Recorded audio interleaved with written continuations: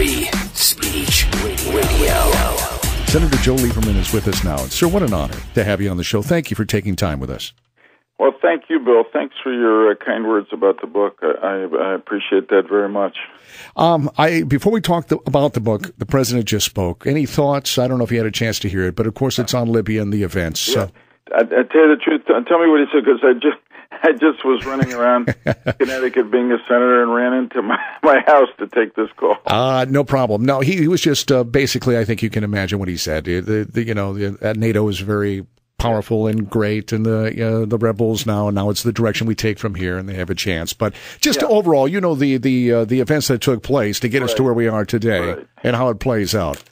Yeah, no, look, I think this was a remarkable use of NATO air power and surveillance to first stop Gaddafi from slaughtering his people in Benghazi, because the rebels were basically trapped there. But the second is that the Libyan opposition, the freedom fighters, basically carried the fight on the ground on their own. So it was very different from either Iraq in one sense or Egypt and Tunisia, and I think it hopefully sends a message to any of the other dictators in the Middle East, particularly in Iran and Syria, that hopefully that the day of reckoning is coming for them as well as it did for Gaddafi. Oh, I hope so. Well, let's talk a little bit about your book, because it is a wonderful book, and I think it's something that is needed today.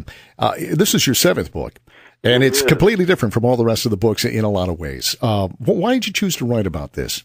This is totally different from anything I've written before, and it's actually for somebody who's a senator and been in politics. It's not a political book. I was raised in a Sabbath-observant family. I left it for a while when I was in college, and then I came back to it, and it's really been the center of my life. It just answers so many questions, as I say in the book. All of us ask ourselves, who are we? How did we get here? How should we behave?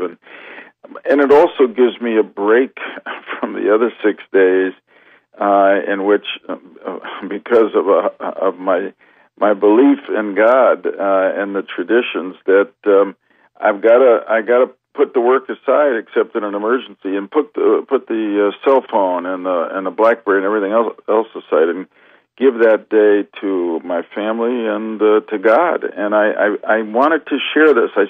What I say in the book, as you have seen, I guess, is that although this begins with a commandment, the 4th of the 10 commandments, I've always experienced Sabbath as a gift. And, I'm writing from the perspective of somebody who observes according to the traditional Jewish practice, but I'm really not writing just for Jews. And I'm making a particular appeal to my Christian neighbors and brothers and sisters who I've watched here in Connecticut that have stopped observing Sabbath as much as they did when I was growing up, that it's really something to come back to.